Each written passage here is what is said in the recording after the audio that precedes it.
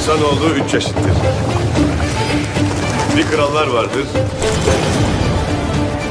Bir krallardan korkanlar, bir de kralları korkutanlar. Kardeş kardeşi karanlıkta komaz.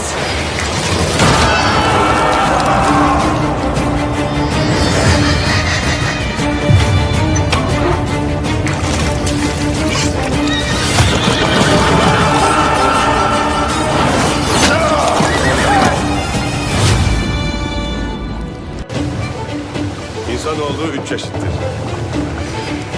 Bir krallar vardır.